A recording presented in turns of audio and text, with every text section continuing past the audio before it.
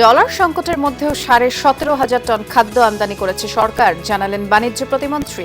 নতুন বাজেটে থাকছে মূল্যস্ফীতি নিয়ন্ত্রণের কৌশল।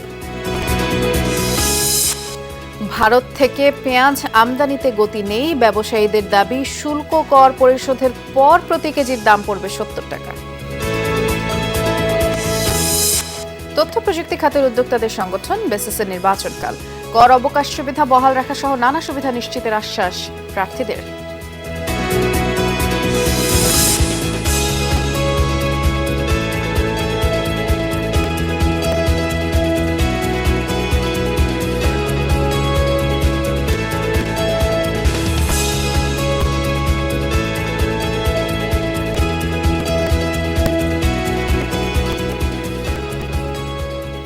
শিরোনামগুলো শুনছিলেন, এবারে পুরো খবরে যাচ্ছে। পণ্যের সরবরাহ স্বাভাবিক রাখাই সরকারের মূল চিন্তা, আর তাই ডলার সংকটের মধ্যেও সরকার 17,500 টন খাদ্য আমদানি করেছে। সকালে টিসিবির সাশ্রয়ী মূল্যের নিত্যপণ্য বিক্রি কার্যক্রমের উদ্বোধনী অনুষ্ঠানে এই তথ্য জানিয়েছেন বাণিজ্য প্রতিমন্ত্রী আহসানুল ইসলাম টিটু। বলেছেন, আগামীতে মৌসুম ভেদে বিভিন্ন পণ্যের বাফার স্টক করার চিন্তা করছে সরকার, তাহলে অসাধু ব্যবসায়ীরা সিন্ডিকেট করার আর সুযোগ পাবে না। তিনি বললেন, মূল্যস্ফীতির হার কমানোর চেষ্টা চলছে। নতুন অর্থ বছরের বাজেটে এ বিষয়ে নতুন কৌশল তুলে ধরা হবে। পরিবার কার্ডধারী একজন ক্রেতা সর্বোচ্চ 2 লিটার সয়াবিন তেল, 5 কেজি চাল, 2 কেজি মসুর ডাল কিনতে পারছেন। প্রতি লিটার সয়াবিন তেলের দাম 100 টাকা রাখা হচ্ছে। চাল 30 টাকা, মসুর ডাল 60 টাকা দামে বিক্রি করছে টিসিবি। ইনশাআল্লাহ 1 জুলাই থেকে আমরা টিসিবির মাধ্যমে আরো পণ্য আপনাদের সাথে পরামর্শ করব, যে জায়গায় যে পণ্যগুলির চাহিদা আছে, যেটা আমদানি করা দরকার আমদানি করা, যেটা সংগ্রহ করা দরকার সংগ্রহ করে এই দোকানগুলোর মাধ্যমে আমরা অ্যাভেলেবেল করব, যাতে মানুষ সহজে এটা পেয়ে যায়। আমরা বিষয়ে আরো বিস্তারিত জানবো। আমাদের সহকর্মী তৌহিদ হোসেন এই মুহূর্তে রাজধানীর বাড়িধারা পার্ক এলাকায় আছেন। তৌহিদ, এই যে টিসিবির পণ্য বিক্রি কার্যক্রম, এতে সাড়া কেমন দেখছেন একটু জানাবেন।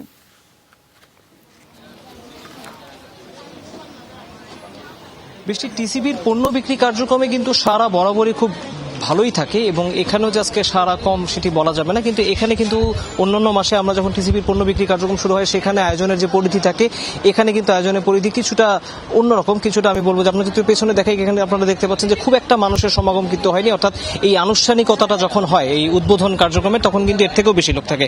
কিন্তু এবার কিন্তু একেবারেই গুটি কয়েক মানুষকে মোটামুটি নিমন্ত্রণ করে যাদের প্রয়োজন তাদেরকে নিয়ে আসা হয়েছে, কার্ডধারীদেরকে, শুধুমাত্র আনুষ্ঠানিকতার জন্য। কেননা আজকে যে আয়োজনটি হচ্ছে এটি বাড়িধারা পার্কে হচ্ছে, অর্থাৎ এটি দূতাবাস এলাকা এবং দূতাবাস এলাকার নিরাপত্তার স্বার্থে কিন্তু এই আয়োজনের পরিধি কিছুটা কমিয়ে আনা হয়েছে। কিন্তু তাদের সাথে যারা এসেছেন তাদের সাথে আমরা কথা বলেছি, তারা যেটি বলছেন যে আজকে এই টিসিবির পণ্য বিক্রি কার্যক্রমে 4টি পণ্য দেওয়ার কথা ছিল, সয়াবিন তেল, মসুর ডাল, চিনি এবং চাল। কিন্তু চিনিটি কিন্তু আজকে এখানে আমরা দেখতে পেলাম যে বাদ দেওয়া হয়েছে, চিনি দেওয়া হচ্ছে না। 3টি পণ্য দেওয়া হচ্ছে। সয়াবিন তেল 100 টাকা কেজি দরে, মসুর ডাল আমরা দেখতে পাচ্ছি 60 টাকা কেজি দরে এবং চাল 30 টাকা কেজি দরে। এবং এটির ব্যাখ্যা দিতে গিয়ে এখানে যারা টিসিবির কর্মীরা আছেন তারা যেটি বলছেন যে এই মুহূর্তে আমরা আসলে চিনির যে কার্যক্রম সেটি তারা রমজানের সময় তারা চিনি দিয়েছেন, কিন্তু এই কার্যক্রম শুরুর আগে তারা আসলে পর্যাপ্ত চিনি সংগ্রহ করতে পারেনি, সে কারণে তারা চিনিটি দিতে পারেনি। আর বাণিজ্য প্রতিমন্ত্রী যখন আজকে এখানে বক্তব্য রেখেছেন, তিনি বেশ কয়েকটি নতুন তথ্য দিয়েছেন। একটি তথ্য হচ্ছে যে সরকার দাবি করছে যে যখন থেকে ডলারের সংকট শুরু হয়েছে এরপর থেকে প্রায় 17,500 টন খাবার আসলে বিভিন্ন দেশ থেকে আমদানি করা হয়েছে, এটিকে তারা সাফল্য হিসেবে বলছেন। যদিও আমরা প্রশ্ন করেছিলাম যে এর ফলে আসলে পণ্যের দাম তো সব পর্যায়ে সহনীয় পর্যায়ে আসেনি, সেটি নিয়ে তারা কি ভাবছেন। তারা যেটি বলছেন যে এই মুহূর্তে আসলে পণ্যের যোগান স্বাভাবিক রাখাই মূল সরকারের চিন্তা, কেননা তারা মনে করেন যে এটি যদি সরবরাহ স্বাভাবিক রাখা যায় তাহলে অসাধু যে সিন্ডিকেট তারা যে সিন্ডিকেটটি করতে পারবে না। আরেকটি তথ্য তিনি দিয়েছেন যে বিভিন্ন মৌসুম ভেদে যখন যে পণ্য দরকার হয় সেগুলোর আসলে এক ধরনের বাফার স্টক বা বাফার মজুত করবে সরকার, এবং সেই ধরনের উদ্যোগ নিয়ে কথা চলছে এই মুহূর্তে। বাণিজ্য প্রতিমন্ত্রী আরেকটি তথ্য জানিয়েছেন যে বিভিন্ন সময়ে সয়াবিন তেলের ক্ষেত্রে তিনি বলেছেন যে সয়াবিন তেলটি আসলে বোতলে করে আমদানি করা হয়, সেই সয়াবিন তেলটি আসলে বাল্ক আকারে আরো বড় পরিসরে কন্টেইনারে করে সরকার আমদানি করতে পারে কিনা সেটি নিয়ে তারা ভাবছেন, এবং সেটি করলে তারা বলছেন যে ব্যয়ের ক্ষেত্রে আরো কিছুটা সাশ্রয় হবে। সব মিলিয়ে টিসিবির পণ্য বিক্রি কার্যক্রমে সাড়া মিলছে। ক্রেতারা দিন শেষে একটি কথাই বলেছেন যে এভাবে লাইন ধরে টিসিবির পণ্য নিতে তাদেরকে অনেক বেগ পেতে হয়, কষ্ট করতে হয়, সারাদিনে তাদের কাজের সময়টা নষ্ট হয়। যে নির্ধারিত দোকানের কথা টিসিবির বারবার বলা হচ্ছে, সেটি যদি চালু হয়ে যায় তাহলে যে দিনের যে কোনো সময় গিয়ে তারা সেই পণ্যটি আসলে কিনে নিতে পারবেন, তাদের এরকম সারিবদ্ধভাবে পণ্য সংগ্রহ করতে হবে না। বৃষ্টি, তাতে করে আরো সহজ হবে আসলে পুরো বিষয়টি। অনেক ধন্যবাদ তৌহিদ, বেশ বিস্তারিত তথ্য আমরা জানছিলাম। ইআরএফ আয়োজিত মোয়াজ্জেম হোসেন স্মারক বক্তব্য দিচ্ছেন সিপিডির সম্মানীয় ফেলো ডক্টর দেবপ্রিয় ভট্টাচার্য। আমরা সরাসরি তার বক্তব্যে যাচ্ছি।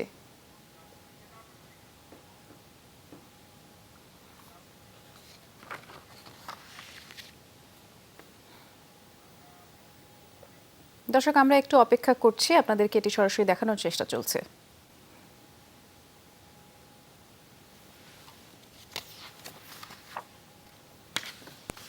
লক্ষ্য করে দেখেন, এই যে নৈরাজ্য এবং ইয়ের কথা থেকে এখন অপঘাতে আসলাম, এটার সর্বশেষ প্রমাণ হলো বাংলাদেশ ব্যাংকে আপনাদের ঢোকার ক্ষেত্রে যে নিয়ন্ত্রণ আরোপ করা হয়েছে। একটি রাষ্ট্রীয় প্রতিষ্ঠান, সংসদ, সংবিধান এবং তার প্রবিধি দিয়ে তার স্বচ্ছতা, জবাবদিহিতা নিশ্চিত করার দায়িত্ব আমাদের নিয়ম নীতির ভিতরে আছে। এবং সেইখানে যদি আপনি তথ্য উপাত্তের যে বিষয়টি ছিল তাতে যদি আপনারা অভিগম্যতা না থাকে, আপনারা যদি ঘরেই ঢুকতে না পারেন, তাহলে সেই ক্ষেত্রে কি ধরনের আপনাদের বার্তা দেওয়া হচ্ছে? বার্তা কি দেওয়া হচ্ছে এই যে আসলে ওই তথ্য উপাত্ত এমন, যেই তথ্য উপাত্ত যদি জনসমক্ষে প্রকাশ পায় তাহলে বড় ধরনের নাশকতা হয়ে যেতে পারে, এবং সেই নাশকতাকারীরা হলেও বাংলাদেশের অর্থনৈতিক সাংবাদিকতা যারা করেন তারা।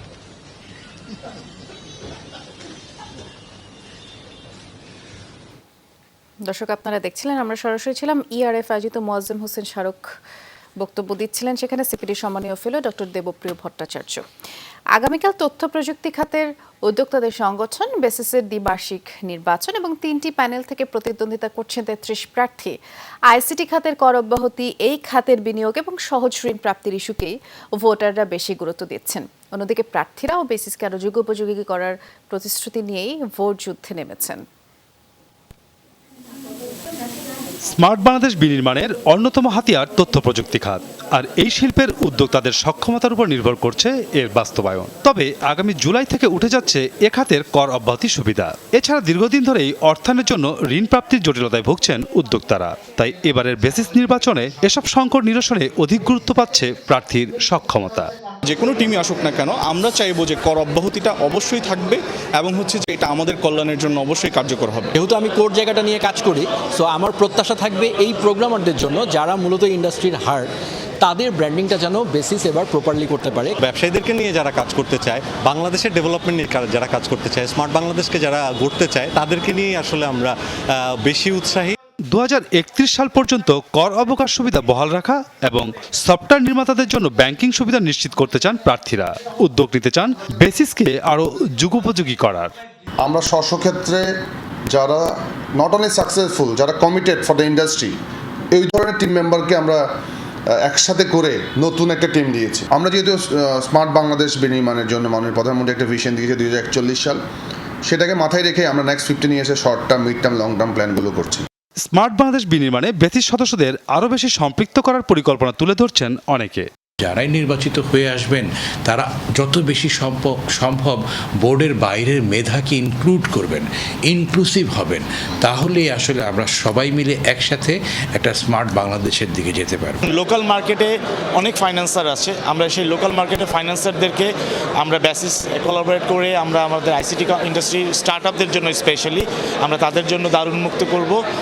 সফটওয়্যারের অভ্যন্তরীণ বাজার দখলে নেওয়ার পাশাপাশি রপ্তানি বাজারে জোরালো অবস্থান গড়ে তোলার প্রতিশ্রুতি দিচ্ছেন বেসিস নেতৃত্ব। এখানে যেরকম কোর সফটওয়্যার নির্মাতারা আছেন দেশীয় এবং বিদেশি মার্কেটে, একই সাথে এখানে অনেক আইটিএস সেবা প্রদানকারী সংগঠনও আছে। এই সবার মাধ্যমেই কিন্তু আমাদের বেসিস এই সবাইকে নিয়ে একসাথে চলার জন্য আমরা একটা ইনক্লুসিভ বেসিস করতে চাই। 2024-26 মেয়াদের নির্বাচনে 1464 জন ভোটার 11 জন নির্বাহী পরিষদ সদস্য নির্বাচিত করবেন। মাসুদুজ্জামান রবিন, যমুনা নিউজ, ঢাকা। একটা সময় দিনরাত পালা করে কাজ করতেন শরীয়তপুরের কাঁসা পিতল শিল্পীরা। শোনা যেত হাতুড়ির টুংটাং ধ্বনি। তবে এখন প্লাস্টিক আর মেলামাইনের পণ্যে বাজার সয়লাব। 4 দশক আগে গড়ে ওঠা 150 কারখানা কমে এখন দাঁড়িয়েছে মাত্র 4টিতে। আর কারিগরদের সংখ্যা পৃষ্ঠপোষকতা না পেলে শেষ পেরেক ঠোকা এখন সময়ের ব্যাপার। প্রশাসনের আশ্বাস, শিল্পটি টিকিয়ে রাখতে নানা উদ্যোগ নেওয়া হচ্ছে।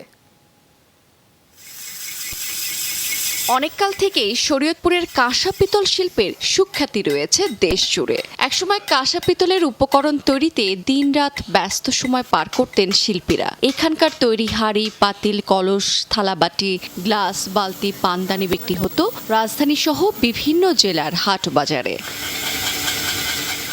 একসময় পালং, বাঘিয়া, বিলাসখান এবং দাসার্তা এলাকায় গড়ে ওঠা অন্তত 2 শতাধিক কারখানায় 5 সহস্রাধিক পরিবার এই পেশায় যুক্ত ছিলেন।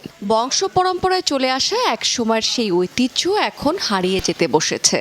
বাবার থেকে আমরা শিখছি, তারপর বাবা চলে যাওয়ার পরে আমি 30 বছর ধরে আমি করতেছি। দিন দিন জিনিসপত্রের দাম বাড়িয়ে যাওয়া, অনেক কাঁচামালের দাম বাড়িয়ে যাওয়াতে আমাদের নতুন মালের দাম পড়ে যায়, অনেক পত্তা বেশি পড়ে যায়। আমরা পাকিস্তানি পিরিয়ড থেকেই আমাদের এই কাঁচামালের এই ব্যবসা, পিতলের ব্যবসা, আমার বাবা মরে গেছে তাই আমাকে শিখাইতে গেছে, তাই আমরা এই ব্যবসা ধরে রাখছি। বর্তমানে দাসার্তা এলাকার ইদ্রিস চৌকিদার, সেন্টু চৌকিদার, নুরুল হক এবং মোক্তার কাজী এই 4টি পরিবার এই শিল্পটিকে টিকিয়ে রেখেছেন। কাঁচামালের দাম বৃদ্ধি এবং কম বিক্রির কারণে এই শিল্প টিকিয়ে রাখতে রীতিমতো হিমশিম খেতে হচ্ছে ব্যবসায়ীদের। ভারতের মালটা যদি মনে করেন নাই তো, তাই আমু মালটা রালিং বেশি চলতো। ওই মালটা আহার কারণে হইলো আমু মালটা রালিং কম রেখে দেয়। মজুরি নাই কে করুম কি, তারপর চলে না, এই হইলো এক। আর হইলো মনে করেন ওই দিনাদিন পিতলের দাম বাড়ে, কিন্তু বরঞ্চ আমাকে মজুরি বাড়ে না। স্থানীয় প্রশাসন বলছে এই শিল্পটিকে টিকিয়ে রাখতে সব ধরনের ব্যবস্থা নেওয়া হবে, প্রশিক্ষণের আওতায় আনা হবে কারিগরদের।